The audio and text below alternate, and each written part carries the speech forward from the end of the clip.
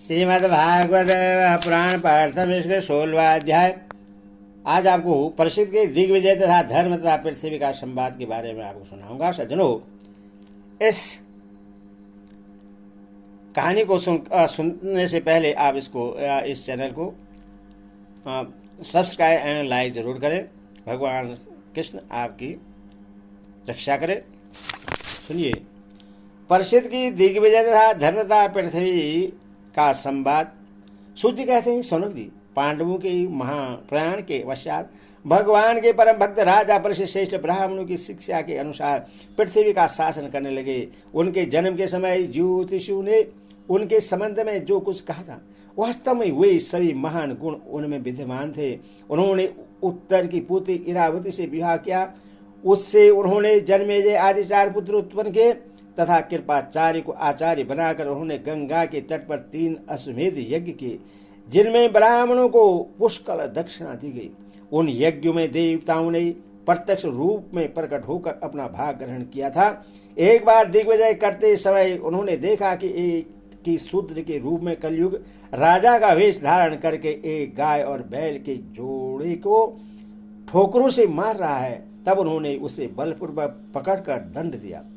सौनक जी ने पूछा, महाभाग्यवान सूत जी, दिग्विजय के समय महाराज परीक्षित ने कलयुग को दंड देकर ही क्यों छोड़ दिया, मार क्यों नहीं डाला? क्योंकि राजा का वेश धारण करने पर भी था तो वह अधम शूद्र ही जिसने गाय को लात से मारा था। यदि यह प्रसंग भगवान श्री कृष्ण की लीला से अथवा उनके चरण कमलों के मकरंद रस का पान करने वाले रसिक महानुभावों से संबंध रखता हो तो अवश्य कहिए। दूसरी, व्यर्थ की बातों से क्या लाभ? उनमें जो आयु व्यर्थ नष्ट होती है। प्यारे सूत जी, जो लोग चाहते तो है मोक्ष, परंतु अल्पायु होने के कारण मृत्यु से ग्रस्त हो रहे हैं। उनके कल्याण के लिए भगवान यम का आह्वान करके उन्हें यहाँ शांति कर्म में नियुक्त कर दिया गया है। जब तक यमराज यहाँ इस कर्म में नियुक्त हैं, तब तक किसी की मृत्यु नहीं होगी। मृत्यु से ग्रस्त मनुष्य लोक के जीव भी भगवान की सुधातुल्य लीला कथा का पान कर सकें। इसीलिए महर्षि ने भगवान यम को यहाँ बुलाया है। एक तो थोड़ी आयु और दूसरे कम समझ। ऐसी अवस्था में संसार के मंद भाग्य विषय पुरुष की आयु व्यर्थ ही बीती जा रही है। नींद में रात और व्यर्थ के कामों में दिन। सूर्य कहते हैं, जिस समय राजा परीक्षित कुरु जंगाल देश में सम्राट के रूप में निवास कर रहे थे, उस समय उन्होंने सुना कि मेरी सेना द्वारा सुरक्षित साम्राज्य में कलयुग का प्रवेश हो गया है। इस समाचार से उन्हें दुख तो अवश्य हुआ, परंतु यह सोचकर कि युद्ध करने का अवसर हाथ लगा तो उन्हें उतने दुखी नहीं हुए। इसके बाद युद्ध वीर परीक्षित ने धनुष हाथ में ले लिया। वे श्याम वर्ण के घोड़ों से जूते हुए सिंह की ध्वजा वाले सुसज्जित रथ पर सवार होकर दिग्विजय करने के लिए नगर से बाहर निकल पड़े। उस समय रथ, हाथी, घोड़े और पैदल सेना उनके साथ साथ चल रही थी। उन्होंने भद्राश्व, केतुमाल, भारत, उत्तर कुरु और किम पुरुष आदि सभी वर्षों को जीतकर वहां के राजाओं से भेंट ली। उन्हें उन देशों में सर्वस्व अपने पूर्वज महात्माओं का सुयश सुनने को मिला। उस यशोगान से पद पथ पर भगवान श्री कृष्ण की महिमा प्रकट होती थी। इसके साथ ही उन्हें यह भी सुनने को मिला था कि भगवान श्री कृष्ण ने अश्वत्थामा के ब्रह्मशस्त्र की ज्वाला से किस प्रकार उनकी रक्षा की थी। यदुवंशी और पांडवों में परस्पर कितना प्रेम था और पांडवों की भगवान श्री कृष्ण में कितनी भक्ति थी। जो लोग उन्हें ये चरित्र सुनाते, उन पर महामना राजा परीक्षित बहुत प्रसन्न होते। उनके नेत्र प्रेम से खिल उठते। वे बड़ी उदारता से उन्हें बहुमूल्य वस्त्र और मणियों के हार उपहार रूप में देते। वे सुनते और भगवान श्री कृष्ण ने प्रेम परवश होकर पांडवों के सारथी का काम किया, उनके सभासद बने, यहाँ तक कि उनके मन के अनुसार काम करके उनकी सेवा भी की। उनके सखा तो थे ही, दूत भी बने। वे रात को शस्त्र ग्रहण करके विरासन में बैठ जाते और शिविर का पहरा देते। उनके पीछे पीछे चलते, स्तुति करते तथा प्रणाम करते इतना ही नहीं, अपने प्रेमी पांडवों के चरणों में उन्होंने सारे जगत को झुका दिया। तब परीक्षित की भक्ति भगवान श्री कृष्ण के चरण कमलों में और भी बढ़ जाती। इस प्रकार वे दिन दिन पांडवों के आचरण का अनुसरण करते हुए दिग्विजय कर रहे थे। उन्हीं दिनों उनके शिविर से थोड़ी ही दूर पर एक आश्चर्य घटना घटी, वह मैं आपको सुनाता हूँ। धर्म बैल का रूप धारण करके एक पैर से घूम रहा था। एक स्थान पर उससे गाय के रूप में पृथ्वी मिली। पुत्र की मृत्यु से दुखिनी माता के समान उसके नेत्रों से आंसू के झरने झर रहे थे। उसका शरीर श्रीहीन हो गया था।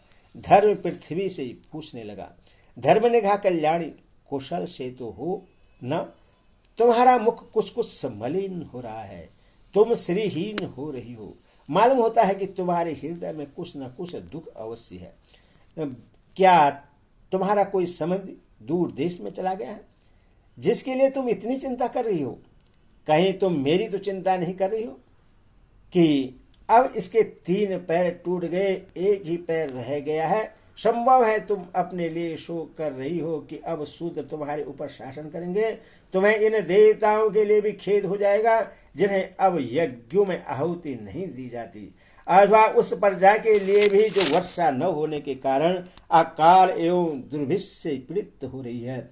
देवी, क्या तुम राक्षस शरीर के मनुष्यों के द्वारा सताई हुई अशिक्षित स्त्रियों एवं आर्त बालकों के लिए शोक कर रही हो? संभव है विद्या अब कुकर्मी ब्राह्मणों के चंगुल में पड़ गई है और ब्राह्मण विप्रद्रोही राजाओं की सेवा करने लगे हैं और इसी का तुम्हें दुख हो। आज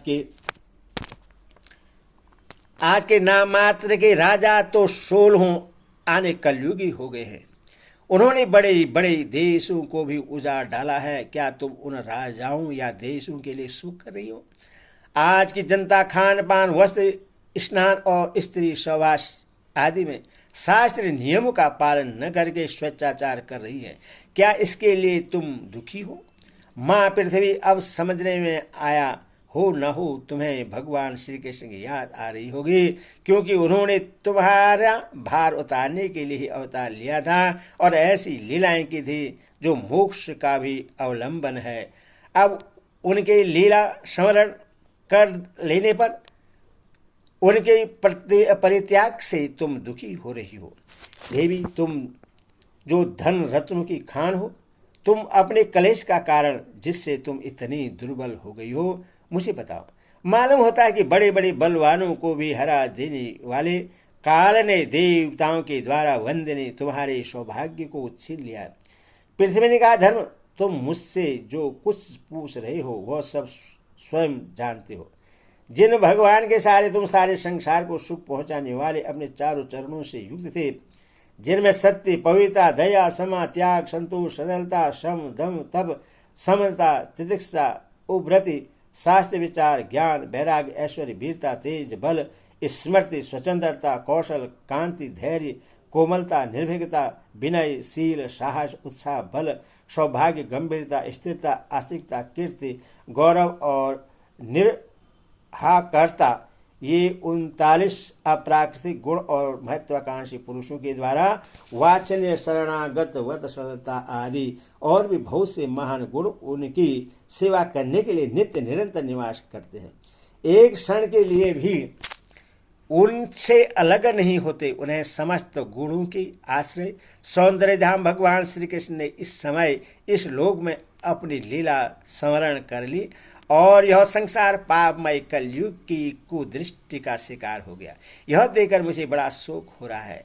अपने लिए, देवताओं में श्रेष्ठ तुम्हारे लिए, देवता, पितर, ऋषि, साधु और समस्त वर्णों तथा आश्रमों के मनुष्यों के लिए मैं शोकग्रस्त हो रही हूँ, जिनका कृपा कटाक्ष प्राप्त करने के लिए ब्रह्मा आदि देवता भगवान के शरणागत होकर बहुत दिनों तक तपस्या करते रहे। वही लक्ष्मी जी अपने निवास स्थान कमल वन का परित्याग करके बड़े प्रेम से जिनके चरण कमलों की सुभग छत्र छाया का सेवन करती है, उन्हीं भगवान के कमल, वज्र, अंकुश, ध्वजा आदि चिन्हों से युक्त श्री चरणों से विभूषित होने के कारण मुझे महान वैभव प्राप्त हुआ था और मेरी तीनों लोकों मैं बढ़कर शोभा हुई थी, परंतु मेरे सौभाग्य का अब अंत हो गया। भगवान ने मुझे अभाग्नि को छोड़ दिया। मालूम होता है कि मुझे अपने सौभाग्य पर गर्व हो गया है, इसीलिए उन्होंने मुझे यह दंड दिया है। तुम अपने 3 चरणों के कम हो जाने से मन ही मन कूट रहे थे, अथवा अपने पुरुषार्थ से तुम्हें अपने ही अंदर पुनः सब अंगों से पूर्ण एवं स्वस्थ कर देने के लिए वे अत्यंत रमणीय श्याम सुंदर विग्रह से यदुवंश में प्रकट हुए और मेरे बड़े भारी भार को, जो असुरवंशी राजाओं की सैकड़ों अश्रुणियों के रूप में था, नष्ट कर डाला। क्योंकि वे परम स्वतंत्र थे, जिन्होंने अपना प्रेम भरी चितवन, मनोहर मुस्कान और मीठी मीठी बातों से सत्य भाव आदि मधुमयी माननीयों के मान के साथ धीरज को भी छीन लिया था, और जिनके चरण कमलों के ईश्वर से मैं निरंतर आनंद से पुलकित रहती थी, उन पुरुषोत्तम भगवान श्री कृष्ण का बिना भला कौन सह सकती है। धर्म और पृथ्वी इस प्रकार आपस में बातचीत कर ही रहे थे। उसी समय राय श्री परीक्षित पूर्व वाहिनी सरस्वती के तट पर आ पहुंचे। और कृष्ण भगवान की जय। अगली कथा अगले दिन सुनाएंगे।